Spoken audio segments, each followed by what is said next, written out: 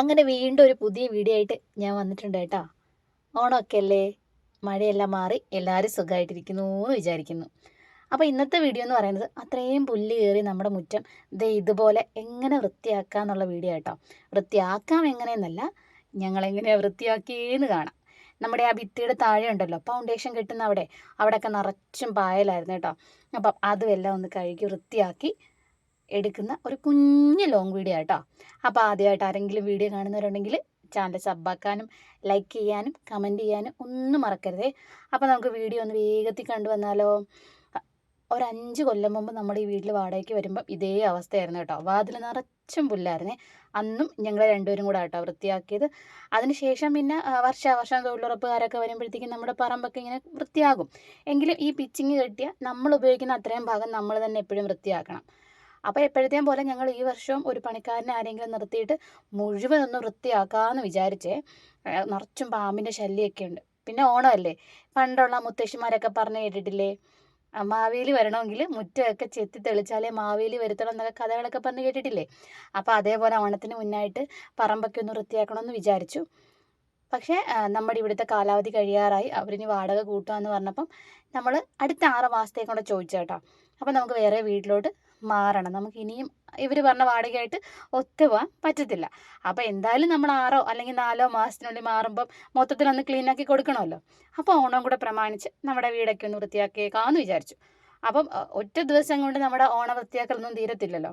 അപ്പം ഇന്ന് മക്കൾ സ്കൂളിൽ പോയി കഴിഞ്ഞപ്പോൾ ഓർത്തു, മുറ്റവും ഇത് ഇത്രയും ഭാഗം, ഈ കാണുന്ന ഇത്രയും ഭാഗം ഉണ്ടല്ലോ, അത് നിറച്ചും പായലാണ് കേട്ടോ. ഇതേപോലെ ഓണം വിഷു ഒക്കെ വരുമ്പോഴത്തേക്കും നമ്മൾ ഫ്രണ്ടിൽ നിന്ന് നടന്നു വരുമ്പോഴത്തേക്കും കാണുമ്പോൾ നമുക്ക് വൃത്തികേടായിട്ട് തോന്നുമ്പോഴത്തേക്കും അങ്ങ് ക്ലീൻ ആക്കും.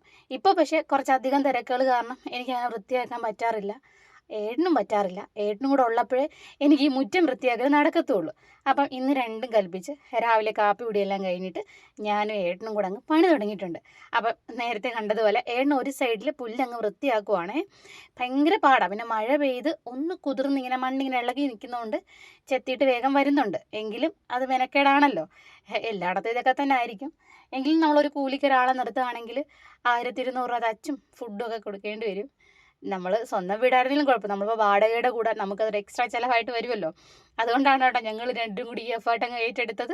അപ്പം ഇതിങ്ങനെ വൃത്തിയാക്കാൻ ഭയങ്കര പാടാണേ.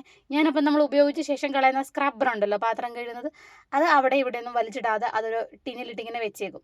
ഇതുപോലുള്ള സാഹചര്യങ്ങൾ ഇങ്ങനെ ഉരച്ച് കഴുകാനൊക്കെ ഉപയോഗിക്കാൻ പറ്റുമല്ലോ എന്ന് ഓർത്തിട്ട്. അപ്പോൾ അതേപോലെ സ്ക്രബ്ബർ എടുത്തിട്ട് കുറച്ച് സോപ്പും കൂടെ മുക്കിയിട്ട് വെള്ളം ഒഴിച്ചൊന്ന് കുതിർത്ത് കഴിഞ്ഞിട്ട് ഇതേ കൂട്ടങ്ങ് തേച്ച് കൊടുക്കുവാണേ. പോകുമെന്ന് എനിക്ക് ആദ്യം കുറച്ച് സംശയമായിരുന്നു. പക്ഷേ നല്ലോണം ഒന്ന് അമർത്തി തേച്ചപ്പോഴത്തേക്കും നല്ല രീതിയിൽ പോകുന്നുണ്ടേ. ഏട്ടൻ പറയുന്നുണ്ട് കുറച്ച് ചൂടുവെള്ളം തിളപ്പിച്ചൊക്കെ ഒഴിക്കുക, ആ പായലൊക്കെ അങ്ങ് പോകുമെന്ന്. പക്ഷേ എന്തോരോന്നും പറഞ്ഞ് ഒഴിക്കും. അല്ലെങ്കിൽ വലിയ ചരുവത്തിലൊക്കെ വെച്ച് വെള്ളം തിളപ്പിച്ച് ഒഴിക്കണം. ഞാൻ നോക്കിയിട്ട് ഒന്ന് തേച്ച് നോക്കാം ഏട്ടാന്ന് പറഞ്ഞിട്ടാണ് കേട്ടോ ഞാൻ സ്ക്രബ്ബറും ഒരു വലയും കൂടി എടുത്തിട്ടുണ്ട് പഴയത്. അപ്പം ഇങ്ങനെ ഉരച്ച് കഴുകിയിട്ട് അത്യാവശ്യം നല്ല രീതിയിൽ തന്നെ പോകുന്നുണ്ട്. നമ്മുടെ സ്വന്തം വീടായിരുന്നെങ്കിൽ നമുക്കിതൊക്കെ വൃത്തിയാക്കിയിട്ട് കുറച്ച് പെയിൻ്റൊക്കെ അടിച്ച് സെറ്റ് ആയേനെ. ഏട്ടൻ പറയുന്നുണ്ട് ഈ പെയിൻ്റ് ഉണ്ടായിരുന്നെങ്കിൽ ഇത്രയും പായൽ ഇങ്ങനെ പിടിക്കത്തില്ലായിരുന്നെന്ന്. മുകളിൽ ഇങ്ങനെ ഓടിന് ഇച്ചിരി ഇറക്കം ഉണ്ടെങ്കിലും ഉണ്ടല്ലോ, മഴ പെയ്യുന്ന വെള്ളം നേരെ ഈ സ്റ്റെപ്പിലോട്ട് തന്നെ ഇങ്ങനെ വീഴുന്നത്. പിന്നെ പോരാത്തതിന് മുന്നേ പറഞ്ഞ പോലെ 85 വർഷം പഴക്കമുണ്ട് നമ്മുടെ ഈ വീടിന്. അപ്പം നമ്മൾ വൃത്തിയാക്കുന്നതിനൊക്കെ നമുക്കൊരു പരിധി ഉണ്ടല്ലോ. പിന്നെ അത് ഈ തെക്ക് വശം എന്ന് പറഞ്ഞാൽ കണ്ടോ നിറച്ചും പുല്ലാണേ. ഞങ്ങൾ വരുന്നതിന് മുന്നേ താമസിച്ചവർ മില്ലറ്റോ അങ്ങനെ എന്തോ ഒരു മുളയരി വർഗ്ഗത്തിൽപ്പെട്ട എന്തോ ഒരു സാധനം അവർ മുന്നേ ഇവിടെ നട്ടിട്ടുണ്ടായിരുന്നേ. അതിങ്ങനെ വിത്ത് വീണ് കാട് പോലെ വളർന്നുകൊണ്ടേയിരിക്കും. പക്ഷേ പ്രത്യേകിച്ച് ഇന്ന് വരെ അതിൻ്റെ അകത്ത് നിന്ന് ആ മില്ലറ്റ് എന്ന് പറഞ്ഞ സാധനമൊന്നും നമുക്ക് കിട്ടിയിട്ടില്ല. പക്ഷേ എത്ര പറിച്ച് കളഞ്ഞാലും അതിങ്ങനെ വന്നുകൊണ്ടേയിരിക്കും. പിന്നെ പുല്ലും ഈ പറഞ്ഞ കണക്ക് ഇന്ന് പറിച്ച് 2 ദിവസം മഴയാണെങ്കിൽ 3ൻ്റെ അന്ന് ഇത് തന്നെയാണ് കേട്ടോ അവസ്ഥ. പിന്നെ കൂടുതൽ ഈ വൃത്തിയാക്കുന്നതെന്ന് ചോദിച്ചു കഴിഞ്ഞാൽ ഓണം മാത്രമല്ല, നമ്മുടെ കേശൂട്ടനും മൗലിയൊക്കെ കളിക്കുമ്പോഴൊക്കെ അവർ ഇതിൻ്റെ ഇടയ്ക്കോട്ടൊക്കെ പോകുന്നതാണ്. പാമ്പും അണലിയൊക്കെ ഉള്ളതാണേ. അപ്പം ഞാൻ രാവിലെ തന്നെ കുറച്ച് മണ്ണെണ്ണയും വെള്ളം കൂടെ സ്പ്രേ ചെയ്ത് ഇവിടെ മുഴുവൻ തളിച്ചിട്ടാണ് കേട്ടോ ഇതിൻ്റെ ഇടയ്ക്കോട്ടൊക്കെ ഞങ്ങളാണെങ്കിലും കയറുന്നത്. എനിക്കിതിനെയൊക്കെ ഭയങ്കര പേടിയാണ്. ഞാൻ വളർന്നതൊക്കെ ഇതിൻ്റെയൊക്കെ ഇടയ്ക്കാണ്. എൻ്റെ വീടും ഈ നാട്ടും പ്രദേശമാണ്, പുറകിൽ തോടൊക്കെയാണ്. ഇതിനെയൊക്കെ കാണുമെങ്കിലും ഇപ്പോഴും ഇതിനോടൊക്കെയുള്ളൊരു പേടിയൊന്നും മാറിയിട്ടില്ല. ഏട്ടന് പക്ഷേ അതൊന്നും ഒരു വിഷയമല്ല. ദേ ഈ നിൽക്കുന്ന തുളസി കണ്ടോ, എനിക്ക് ഭയങ്കര ഇഷ്ടമാണ് തുളസിത്തറ. എൻ്റെ ഒരു സ്വപ്നത്തിലുള്ള വീടൊക്കെ എന്ന് പറയുമ്പം കുഞ്ഞു വീട്, വാതിക്കെ തുളസിത്തറ അതൊക്കെ ആട്ടോ. അപ്പം വാടകയ്ക്ക് മാറിയ സമയം മുതൽ തന്നെ ഏത് വീട്ടിൽ താമസിച്ചാലും ഒരു കുഞ്ഞു ചെടിച്ചട്ടിക്കകത്ത് ഇതേ കൂട്ടൊരു കുഞ്ഞു തുളസി ചെടിയൊക്കെ ഞാൻ വെച്ച് പിടിപ്പിക്കുമായിരുന്നു. ഇവിടെ താമസിക്കാൻ വന്നപ്പോഴത്തേക്കും നമ്മളോട് കുറച്ച് കരാറൊക്കെ അവർ വെക്കുമല്ലോ. വെച്ച കൂട്ടത്തിൽ പറഞ്ഞായിരുന്നു മറ്റേ എന്താ ചെടിച്ചട്ടിയിലൊന്നും ഇങ്ങനെ മണ്ണിട്ട് ചെടിയൊന്നും വെക്കാൻ പാടില്ല. അവരുടെ പ്രോപ്പർട്ടിയിലെ മണ്ണ് നമ്മൾ പോകുമ്പം ചിലപ്പോൾ കൊണ്ടുപോകും, ആ ഒരു മൈൻഡ് കൊണ്ടായിരിക്കും. അപ്പോൾ അതുകൊണ്ട് നമുക്ക് ചെടി വെക്കൽ എന്നുള്ളൊരു പരിപാടി നമ്മൾ ഇവിടെ വന്നിട്ട് ചെയ്തിട്ടേ ഇല്ല കേട്ടോ. പിന്നെ എന്തെങ്കിലും പച്ചക്കറിയൊക്കെ വെച്ച് പിടിപ്പിക്കും. പക്ഷെ മുന്നേ താമസിച്ച വീട്ടിൽ ഇഷ്ടംപോലെ ചെടികളായിരുന്നേ. 10 മണിയുടെ തന്നെ ഒരു 5-6 ഐറ്റം ഉണ്ടായിരുന്നു. ചെമ്പരത്തി കുറേ ഉണ്ടായിരുന്നു. എല്ലാം അവിടെ ഉപേക്ഷിച്ചിട്ടാട്ടോ ഞാൻ ഇങ്ങോട്ട് വന്നതും. അവിടെ നിന്ന് ഇങ്ങോട്ട് വന്നപ്പോൾ കുറേയൊക്കെ പോയി. പിന്നെ ഇവിടെ വന്നിട്ട് പറ്റത്തില്ല എന്ന് പറഞ്ഞപ്പോഴത്തേക്കും ആ ചെടി വളർത്തുക എന്നുള്ളൊരു മോഹമൊക്കെ അങ്ങ് ഉപേക്ഷിച്ചു. പക്ഷേ എങ്കിലും എനിക്ക് തുളസി ചെടിയെ കളയാൻ പറ്റാത്തത് കൊണ്ട് ഇവരുടെ വീടിൻ്റെ വാതിക്കൽ നമ്മുടെ ഈ അപ്പുറത്തെ പറമ്പിലായിട്ട് മുന്നേ ഇറക്കിയ കുറച്ച് ഓടടുക്കി വെച്ചിട്ടുണ്ടായിരുന്നേ. അപ്പം ഞാൻ അതിൻ്റെ അകത്ത് ഒരു 4 ഓട് എടുത്തിട്ട് ചതുരം കണക്കിന് വെച്ചിട്ട് ചേട്ടായി ഒരു റോപ്പിട്ട് കെട്ടിയിട്ട് അതിൻ്റെ അകത്ത് മണ്ണ് നിറച്ചിട്ട് തുളസി വെച്ചേക്കുക കേട്ടോ. അതാകുമ്പം തുളസിത്തറയായി. ആ ഓട് ആ റോപ്പിൽ നിന്ന് അങ്ങ് അഴിച്ചു വിടുവാണെങ്കിൽ ആ മണ്ണ് നിലത്ത് തന്നെ കാണും. ഇനിയിപ്പം നമ്മൾ ഇവിടുന്ന് പോകുമ്പോൾ ഈ തുളസിയൊന്നും പൊക്കിക്കൊണ്ട് പോകത്തില്ലല്ലോ. ഇനിയിപ്പം 6 മാസത്തിനുള്ളിൽ നമ്മൾ പുതിയൊരു വീട് കണ്ടുപിടിച്ചെടുക്കുകയാണെങ്കിൽ അന്നേരവും ആ വീടും ആരെങ്കിലും ഉപയോഗിച്ചായിരിക്കുമല്ലോ. അതും ഇതേപോലെ മുഴുവൻ തേച്ച് കഴുകി വൃത്തിയാക്കി അടുക്കളയെല്ലാം വൃത്തിയാക്കി ഒരു ഷിഫ്റ്റിംഗ് ആണ്. അന്നേരം എനിക്ക് ഈ ജോലിയൊക്കെ കാണും കേട്ടോ. അപ്പം കണ്ടിന്യൂസ് ആയിട്ട് എൻ്റെ വീഡിയോ കാണുന്നവരൊക്കെ ആണെങ്കിൽ 6 മാസം വെയിറ്റ് ചെയ്യുക. നമ്മുടെ സൗകര്യത്തിനകത്ത് ഒരു കുഞ്ഞു വീട് നമുക്ക് എവിടെയെങ്കിലും റെഡി ആവുമായിരിക്കും. അന്നേരം നമുക്ക് ഇതേപോലെ വൃത്തിയാക്കലൊക്കെ കാണും കേട്ടോ. അപ്പോൾ അതുകൊണ്ട് തന്നെ നല്ല രീതിയിൽ അങ്ങ് വൃത്തിയാക്കുക. പാർട്ടായിട്ട് എടുക്കാമെന്ന് വിചാരിക്കുന്നു. കാരണം ഇത്രയും പറമ്പ് വൃത്തിയാക്കണമെങ്കിൽ ഒരു ദിവസം കൊണ്ടൊന്നും പറ്റത്തില്ല.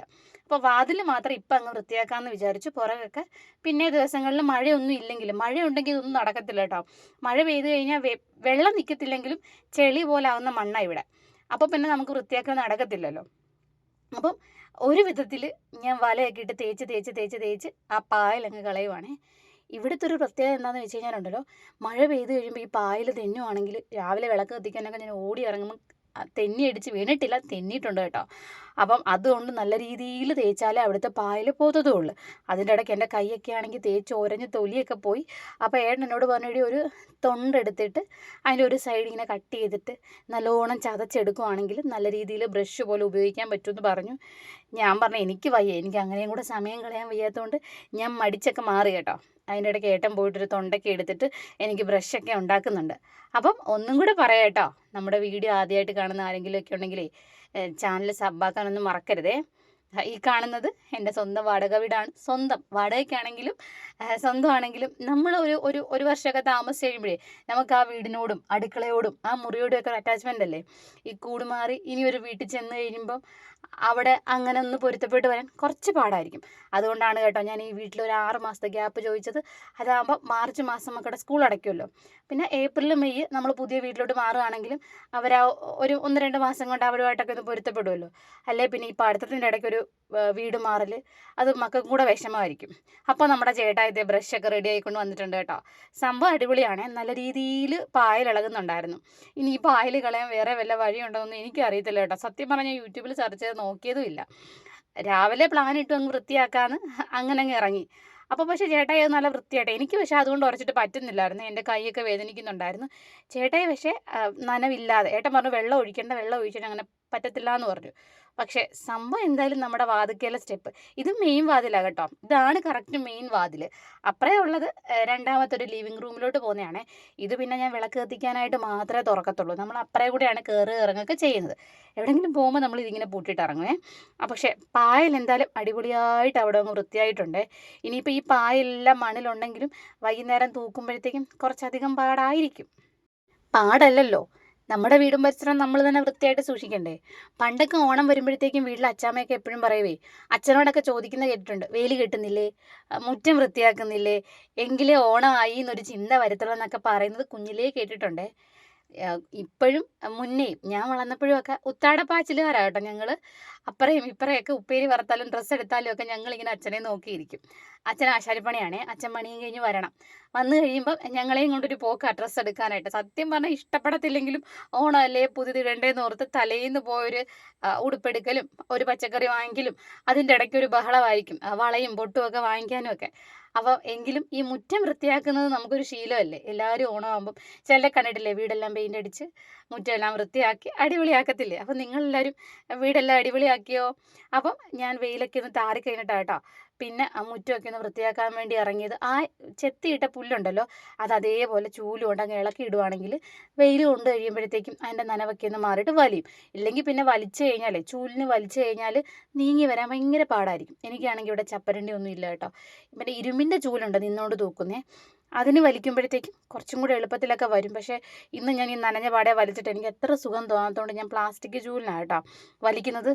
സത്യം പറഞ്ഞാൽ ഇത്രയും പാടാന്ന് വിചാരിച്ചില്ല. ഞാൻ കുഴഞ്ഞ അയ്യോ ഇനി കുറച്ച് വെയിലൊക്കെ താറിയിട്ട് ബാക്കിയൊക്കെ വൃത്തിയാക്കാമെന്ന് വിചാരിച്ചിട്ട് ഒന്ന് വെയിലൊക്കെ താറിയപ്പോഴത്തേക്കും ആ പുല്ല് ഇളക്കിയിട്ട പുല്ലൊക്കെ ഉണ്ടല്ലോ അതെല്ലാം നന്നായിട്ട് വലിഞ്ഞിട്ടുണ്ടായിരുന്നേ.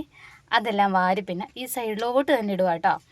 അതാകുമ്പോൾ അവിടെ കിടന്നോളും. ഇല്ലേ പിന്നെ ചാക്കെടുത്ത് വലിച്ചു പൊക്കി തോട്ടിലെങ്ങാനും കൊണ്ടിടണം. ഇതാകുമ്പോൾ എളുപ്പമാണല്ലോ. എങ്ങനെയുണ്ട് വൃത്തിയാക്കിയത്? ഇതെൻ്റെ സ്വന്തം വീടും എല്ലാം ആയിരുന്നെങ്കിൽ ഈ അതിര് മുഴുവൻ ചെടി വെച്ച് പിടിപ്പിച്ചേനേട്ടോ. നല്ല രസമല്ലേ? വാടക വീടാണല്ലോ. എനിക്ക് ഈ വീട് ഭയങ്കര ഇഷ്ടമാണ് കേട്ടോ. ഇത്രയും മുറ്റമൊക്കെ തൂത്ത് അടിപൊളിയല്ലേ. അപ്പം ഇന്നത്തെ എൻ്റെ ക്ലീനിങ് വീഡിയോ ഇത്രയേ ഉള്ളേ. അപ്പം നമ്മുടെ അതേ ഭിത്തിയൊക്കെ തേച്ച് കഴുകി ഉണങ്ങിയപ്പോൾ കണ്ടല്ലോ, സൂര്യപ്രകാശം കാരണം കേട്ടോ ഇങ്ങനെ വെട്ടമടിക്കുന്നത്. ഇഷ്ടപ്പെട്ടെന്ന് വിചാരിക്കുന്നു. മറ്റൊരു വീഡിയോ ആയിട്ട് വീണ്ടും കാണാം. ടാറ്റാ.